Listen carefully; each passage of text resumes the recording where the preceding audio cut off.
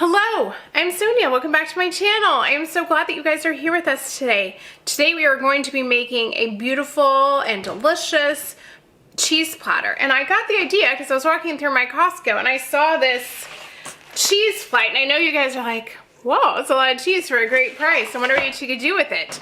So today we are going to be showing you what you can do for a beautiful cheese platter, and then because we are in the middle of a pandemic, it's 2020, we are going to show you how to make small little like cheese cups, I guess we'll call them. They're individual because not everybody is, wanting to share off like one board. Maybe you are because you have a family, but maybe you're not because you're having a few friends over, so you want them individual. So we're gonna show them both ways.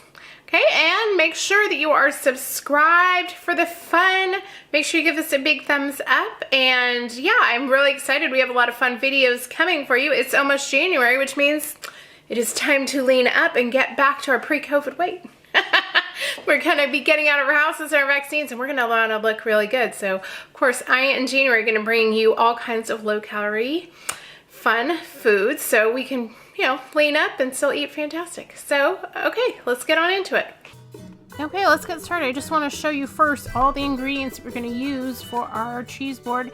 These are the breads that I picked out from Trader Joe's. You could use any ones that you wanted. And I did use this fig spread. I didn't end up using this, so I kind of forgot.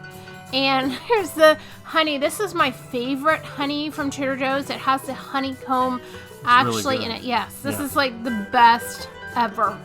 And this is our harissa. If you wanted something a little more hot, it's also... And you can use things that are in your pantry too. Yeah, like if you just have regular jam or jelly or sweet chili, and when you're doing these, you can go either sweet or savory. Sometimes people like more mustards and hot things, and some people like sweet.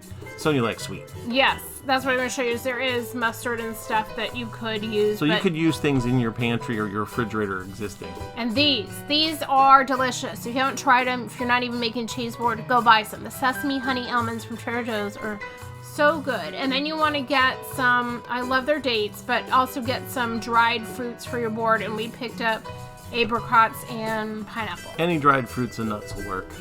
And then you're going to need some fresh fruit. And we already at Trader Joe's because got their mix of grapes and raspberries and apple, pomegranate. I love their rainbow pears. I think I've said that before. It's like a great variety It's pack. nice to have a contrast of different types of fruits. And different colors. That's what John would say. And here, this is the other cheese I picked up, which is our Gorgonzola, their blue cheese. I like this one from Trader Joe's because it's not so strong. It's actually a really good flavor. And I used to hate blue cheese, but I love that She didn't think she'd like it, but she tried it a certain way on a date, and that's where we are going to do with this one.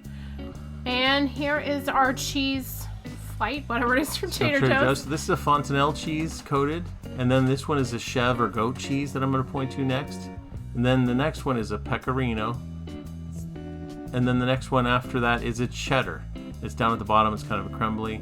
And then a type of Swiss Alpine, which is very smelly, and so pungent. You didn't like it at all. We actually didn't use it because I was like, I'm not going to eat this. Different cheeses you do different things with. So like a cheddar, I probably wouldn't cut, I would more crumble. And this is blue cheese, Sonia's doing something. Yeah, I wanted to show you that I decided to, I had this once out in a restaurant, I fell in love, and I told my husband, I need to know how to do this. So actually it's just, we are taking those dates and cutting them and shoving our blue cheese in them. The reason why we cut the bottoms or the ends off is so when we put them on our cheese board, they're going to be able to stand up. And I tried to do it a little bit of different heights, so we have different heights on our cheese board, and then we cut some down the middle so you could shove them and shove the blue cheese in. These kind of harsher cheeses work really well with sweet dried fruit. So you could use a dried fig, a dried date.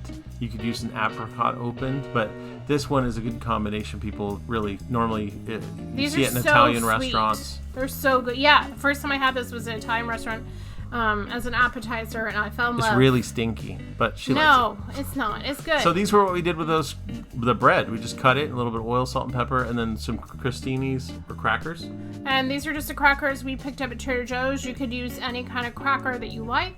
This is goat cheese. So we're going to take this goat cheese or chèvre. It's got herbs in it. It came from that thing. We're going to cut one part of it off.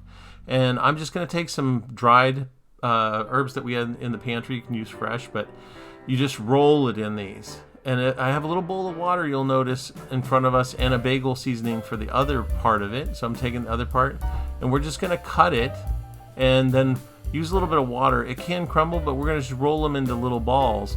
If I had to do this over again, you can use any type of seasoning or herb that you want to roll on the outside. We left 2 plain, but we use this everything bagel seasoning. It's really good for things, but the one thing about it is that it's a little salty. So be careful. If I had to do it again, I probably would use one that doesn't have salt in it, but we've done this with all kinds of things in the past. Now this fontanelle cheese, it's one that I would cut. So what I'm trying to do is get different contrasts and different things, and you could just slap all these cheeses down on a board right off the package, and that would be the easiest way. And this is the one of the other ones that I'm cutting in a different texture. But the reason why you do this is so that when you set the board in the end, it looks pretty. And so this part, we wanted height. So we have all the crackers in a glass, and then I put the crumbled cheddar, and then we're putting fruit on there. And sometimes they're even, like, we have some grapes that weren't so good. You pick them off because we're going to replace with certain things later. But I'm looking for different angles.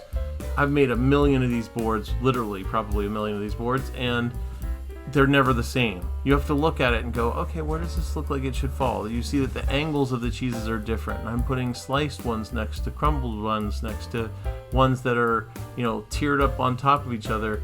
And those contrasts in colors and shapes, you see that I have squares, and I have the dates, and I have little round balls, and I have things that are sliced. It makes it an interesting looking board. How do you decide where to put everything? That's what I want to know. Well, if you notice, I don't have any of the same colors next to each other. There's not like a white next to green. There's not a square next to a round. It's not just a line of squares. Okay. And so I'm also looking at what angles. So we put the jams in these little cute vessels. I'm taking the fruit and the dried fruit and berries, and I'm literally tucking it into some of the spots on the grapes that I'm like, oh, there's a pocket or a hole there, so it looks kind of cool. And then I take the raspberries at some point, and I will put some on whole, and I'll rip them. I took some dried pineapple here and cut it and just put them on. You'll see me put the raspberries on here. But you literally could use whatever fruit you had. It's just fruit, honey, and cheese do all different and crackers. Colors, right? And here's the nuts. So we have those nuts dropped in. These are so good. You guys need to try them. And these are some apricots. Yes. So in the very end, this would be something for like a traditional, if you have a group of people. I'm putting the crackers in the back. You or might just put for those yourself? Yeah, for yourself. Again, during this time, you wouldn't want this shareable thing. You want to socially distance, but we're not going to be in this forever. So I know. And plus, you could just make it for you and me. I mean, that's what we did that night. That's what we did, and everybody's here, and now we have cheese leftovers for a couple of days. I don't know. Our kids ate quite a bit of it. And you wouldn't think that teenagers are like a cheese board, but they did. They loved everything on it. It's really good. It is really good. So now we just took those same ingredients, and as you see, I'm putting some grapes in the bottom of a little mason jar cup, little pears. I'm putting one of those everything crostinis. Basically, I just look to see that I have contrast in color and shape when I'm putting it in, and it's something when somebody picks it up, it's not going to fall apart.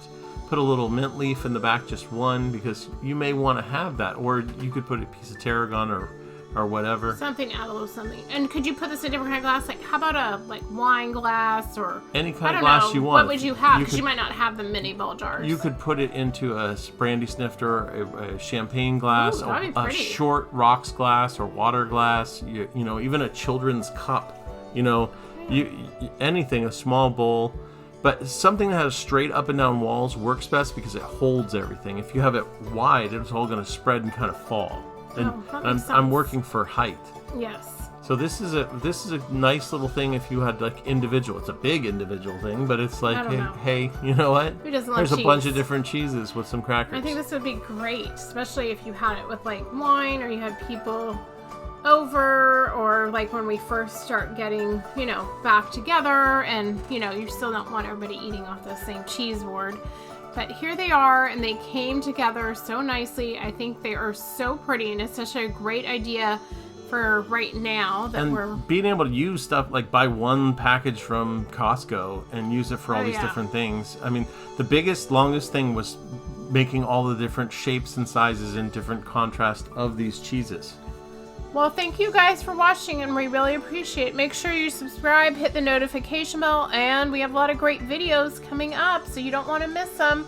Thanks so much, and we will see you next week. See you next week. Bye. Bye.